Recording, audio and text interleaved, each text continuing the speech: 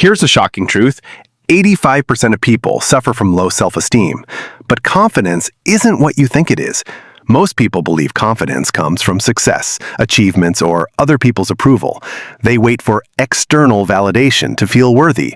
But here's the reality. True confidence works in reverse. Think about this. If you're 25 years old and lacking confidence, you could spend the next 40 years of your life playing small, avoiding risks, and settling for less than you deserve. That's not just sad, it's tragic. I should speak up, but I'm not confident enough. I should go for that promotion, but what if I fail? I should start that business, but I'm not ready yet. In the next 15 minutes, you'll discover the BOLD method, a psychological framework that builds unshakable confidence from the inside out. These aren't feel-good platitudes. These are science-backed strategies that actually work. Let me guess what you think confidence looks like. You picture someone who never doubts themselves, always knows what to say, and effortlessly commands every room they enter. You think confident people are naturally gifted, born with some special gene that makes them fearless. Here's what you probably do. You wait to feel confident before taking action. You tell yourself, I'll speak up once I feel more confident, or I'll ask for that raise when I'm more prepared. You consume endless self-help content, hoping to finally unlock that magical, confident feeling. But there's a problem with this approach. You're looking for confidence in all the wrong places. You're waiting for a feeling that only comes after action, not before it. This is the confidence paradox, and it's keeping you stuck in a cycle of hesitation and regret. The truth is, confidence isn't about feeling fearless. It's about taking action despite fear. Real confidence comes from building evidence of your capabilities, not from positive thinking or affirmations. Here's why most confidence advice doesn't work. It treats confidence like a light switch you can simply turn on. Just believe in yourself, they say. Fake it till you make it. But confidence isn't a switch, it's a skill. And like any skill, it requires practice, patience, and the right methodology. The problem with fake it till you make it is that it's built on a foundation of lies. Your brain knows you're pretending, and eventually that house of cards collapses. When reality doesn't match your facade, your confidence crashes harder than before. Most people also make the mistake of tying their confidence to outcomes. They think, if I succeed at this presentation, I'll be confident. But what happens when you fail? Your confidence disappears because it was never really yours to begin with. Here's the real issue. Society teaches us that confidence comes from being better than others, from comparison and competition. But comparative confidence is fragile confidence. As soon as someone better comes along, your confidence shatters. The solution isn't more positive thinking or better performances. It's understanding how confidence actually works in your brain and building it systematically. After studying the psychology of confidence and working with thousands of people who've transformed their self-belief, I've discovered something powerful. Unshakable confidence follows a specific pattern. I call it the BOLD method. B. Build evidence through micro-wins. O. Own your narrative and self-talk. L. Learn from failure instead of avoiding it. D. Develop your authentic presence. This isn't about becoming someone you're not. It's about becoming who you really are when fear isn't driving the bus. Each component of BOLD builds on the others, creating a compound effect that makes your confidence genuinely unshakable. Most people try to build confidence by thinking differently. The BOLD method builds confidence by acting differently. When you change your actions, your brain literally rewires itself to support this new version of you. Your brain doesn't care about your potential. It cares about evidence. Every time you do something that challenges you and succeed, you're depositing proof into your confidence bank account. But here's the secret. These don't have to be big wins. Micro wins are small actions that slightly push your comfort zone. Speaking up once in a meeting, making eye contact with a stranger, asking one question you're nervous to ask. These tiny actions create neural pathways that tell your brain, I can handle challenging situations. Most people make the mistake of going too big, too fast. They try to transform overnight, fail, and use that failure as evidence that they're not confident people. But confidence is built like a muscle. You start light and gradually increase the weight. Here's a powerful micro-win strategy, the 3-2-1 rule. Every day, do 3 things that make you slightly uncomfortable, 2 things that require you to speak up, and 1 thing that risks a small rejection. This daily practice accumulates into massive confidence over time. Think about compound interest, but for your self-belief. Each micro-win might seem insignificant, but they multiply. After 30 days of micro-wins, you'll have 90 pieces of evidence that you can handle discomfort. Your brain starts to trust that you're someone who takes action despite fear. The beauty of micro-wins is that they're impossible to argue with. Your inner critic can't deny what actually happened. This evidence-based confidence is unshakable because it's rooted in reality, not fantasy. Here's something most people don't realize. You have a narrator in your head telling you a story about who you are, and that narrator is often your biggest enemy. This internal voice says things like, "You're not the type of person who speaks up," or "You always mess up important presentations." But here's the truth, that narrator isn't you. It's a collection of past experiences, other people's opinions, and societal programming. The good news? You can fire this narrator and hire a better one. Owning your narrative starts with catching yourself in the act of negative self-talk. Most people aren't even aware of how brutally they speak to themselves. You wouldn't talk to your worst enemy the way you talk to yourself in your head. The solution isn't positive affirmations. Your brain won't believe obvious lies. Instead, practice neutral self-talk. Instead of "I'm amazing and confident," try "I'm learning to trust myself more each day." Instead of "I'm such an idiot," try "That didn't go as planned, but I'm gathering data for next time." Here's a powerful technique, the evidence reframe. When your inner critic says, "You always fail at presentations," ask, "Always? What about that time I got positive feedback? What about when I helped my colleague with their presentation?" Your brain starts looking for counter-evidence, weakening the negative narrative. Create identity-based statements that reflect who you're becoming. I'm someone who speaks their mind respectfully. I'm someone who takes calculated risks. I'm someone who learns from every experience. These statements give your brain a new story to prove true. Here's where most people get confidence completely wrong. They think confident people don't fail. The truth is the opposite. Confident people fail more because they try more. They've developed a completely different relationship with failure. Most people avoid failure at all costs because they've made failure mean something about their identity. If I fail, it means I'm a failure.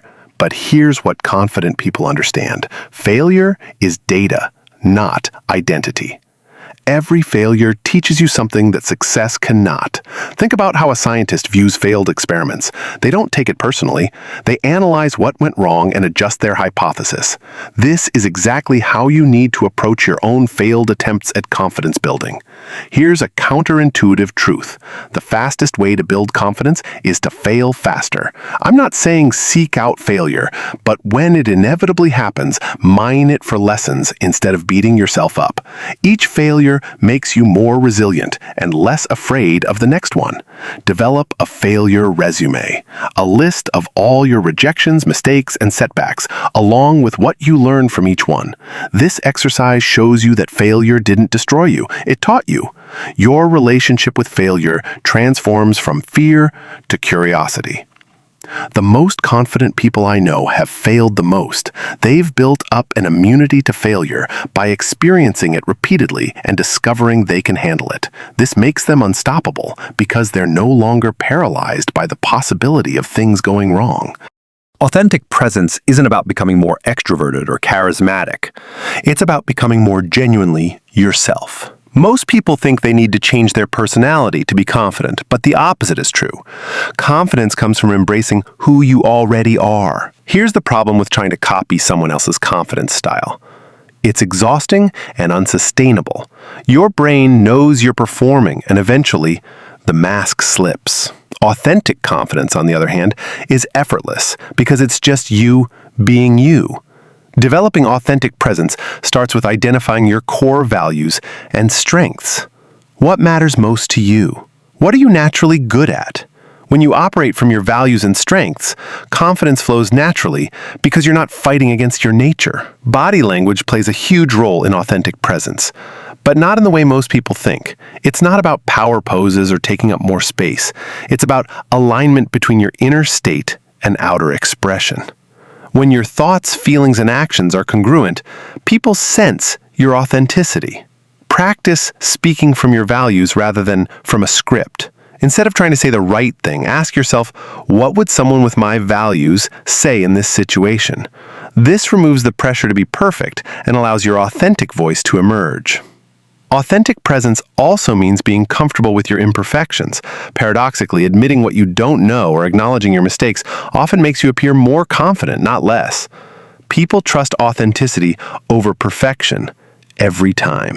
Even with the bold method, there are common traps that can sabotage your confidence. The first is comparison. Social media has made this worse than ever. You're comparing your behind the scenes with everyone else's highlight reel.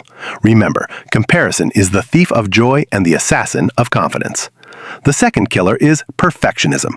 Perfectionists often appear confident on the outside, but they're driven by fear of failure rather than desire for success. They avoid risks and play it safe, which actually erodes confidence over time. Progress, not perfection, builds real confidence. Another trap is seeking validation from everyone. If you need everyone to approve of you, you'll end up being no one authentic. Confident people care about the opinions of people they respect, but they don't need universal approval. The most insidious confidence killer is the imposter syndrome cycle. You achieve something, then immediately attribute it to luck rather than skill. This robs you of the confidence boost you've earned. Start attributing your successes to your efforts and abilities, not just chance. Finally, there's the all or nothing trap. You think you need to feel 100% confident before taking action. But confidence isn't about certainty. It's about willingness to act despite uncertainty. Waiting for perfect confidence is waiting forever. Now let's make this practical. Start with the micro-win practice I mentioned earlier.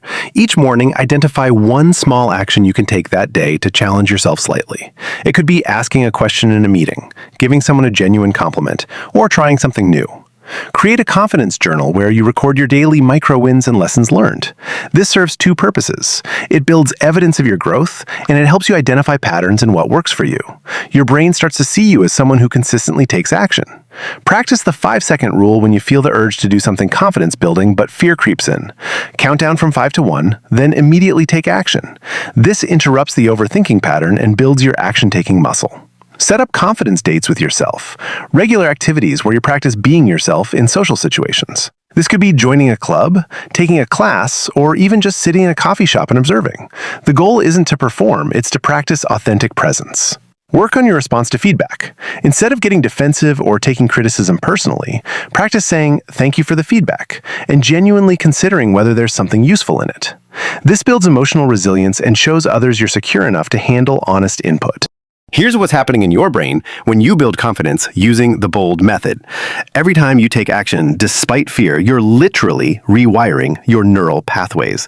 Your amygdala, the fear center of your brain, starts to calm down because you're proving that these situations aren't actually dangerous. The prefrontal cortex, responsible for executive decision-making, gets stronger with practice. This is why confidence builds momentum. Each confident action makes the next one easier. You're training your brain to default to courage rather than fear. Neuroscientists have discovered that confident people show different brain patterns than anxious people. The good news? These patterns can be changed through consistent practice. Your brain is plastic, meaning it can reorganize itself based on your experiences. The bold method works because it aligns with how your brain actually learns. You can't think your way to confidence, but you can act your way there. Each component of bold targets different neural networks, creating comprehensive change rather than surface-level improvement. Mirror neurons play a role too. When you act confident consistently, people around you start treating you more confidently, which reinforces your new neural patterns. It becomes a positive feedback loop that strengthens over time. Confidence isn't one size fits all. You might be confident in your technical skills, but nervous about social situations. The bold method can be applied to any area where you want to build confidence. For career confidence, focus on building evidence of your competence. Document your achievements, ask for feedback, and take on projects that stretch your abilities slightly.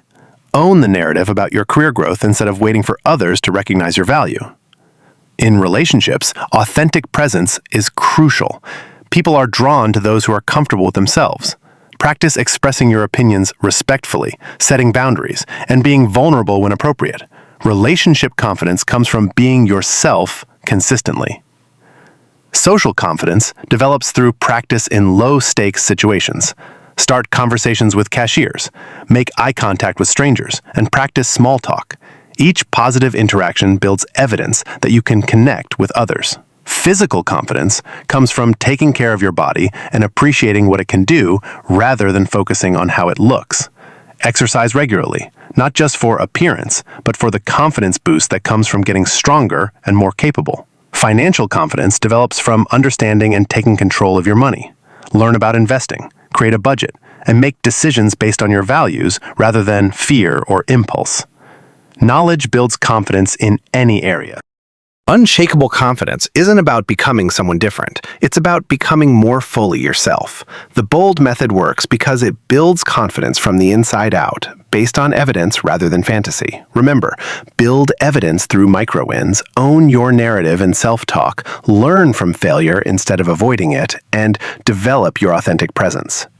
Each component reinforces the others, creating a foundation of confidence that can't be shaken by external circumstances. Your confidence journey starts with a single micro-win today. Pick one small action that challenges you slightly and take it. Then another tomorrow, then another the day after that. Confidence isn't a destination, it's a practice. The difference between confident and unconfident people isn't that confident people don't feel fear, it's that they've learned to dance with fear rather than be paralyzed by it. You have everything you need to start building unshakable confidence right now.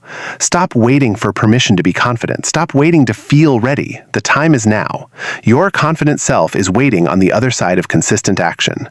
What will your first micro-win be?